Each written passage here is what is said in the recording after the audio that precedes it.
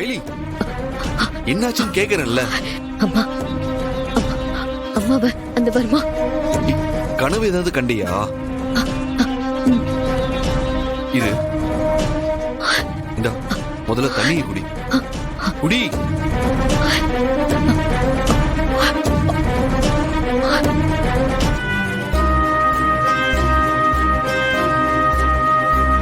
ஐலி, நீ அதையே நினைச்சிட்டு இருக்காத, படுத்து தூங்கு. இல்ல சிவா, எனக்கு பயமா இருக்கு. ஐலி, நீ எப்பவும் அம்மாவை நினைச்சு பயந்துட்டே இருக்கிறதுனாலதான் உனக்கு இப்படி எல்லாம் கனவு வருது. எதையும் யோசிக்காம தூங்கு. சிவா, இதுக்கப்புறம் அம்மா அங்க இருக்கிறது சரி வராது.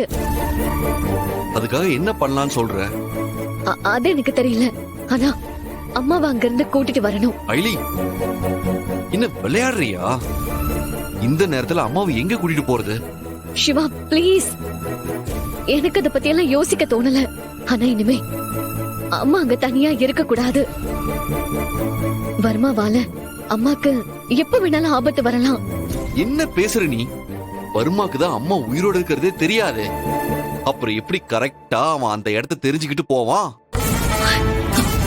ஐலி, நீ கனவு கண்டதுல பதட்டத்துல ரொம்ப கன்ஃபியூஸ் ஆயிருக்க. நீ பேசாம படுத்து தூங்கு. எதுவா இருந்தாலும் காலையில பேசிக்கலாம். சிவா, நான் சொல்றத கொஞ்சம் புரிஞ்சுக்கோங்க.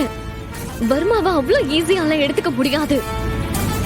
அவன் என் அம்மா உயிரோடு தான் இருக்காங்கன்னு கண்டுபிடிக்கிறதுக்கு நிறைய சான்சஸ் இருக்கு. நாம அவனுக்கு கொடுக்கிற பிரஷர்ல ஆட்டோமேட்டிக்கா அம்மா இன்னும் உயிரோடு தான் இருப்பாங்கன்ற தாட் வர்றதுக்கு நிறைய சான்சஸ் இருக்கு. ஒன்ஸ் அவனுக்கு அம்மா உயிரோடு தான் இருக்காங்கன்னு தெரிஞ்சுட்டா, அப்புறம் அவங்க இருக்கிற இடத்த கண்டுபிடிக்கிறது அவனுக்கு ஒன்னும் கஷ்டம் கிடையாது. அது சரியா ஐலி? அட்லீஸ்ட் நமக்கு ஒரு நாளாவது டைம் வேணும்ல. அம்மாவை இப்ப நம்ம எங்க கூட்டிட்டு போறது? இப்போதைக்கு அம்மா நம்ம கண்ணு முன்னாடி இருக்கணும், அவ்வளவுதான்.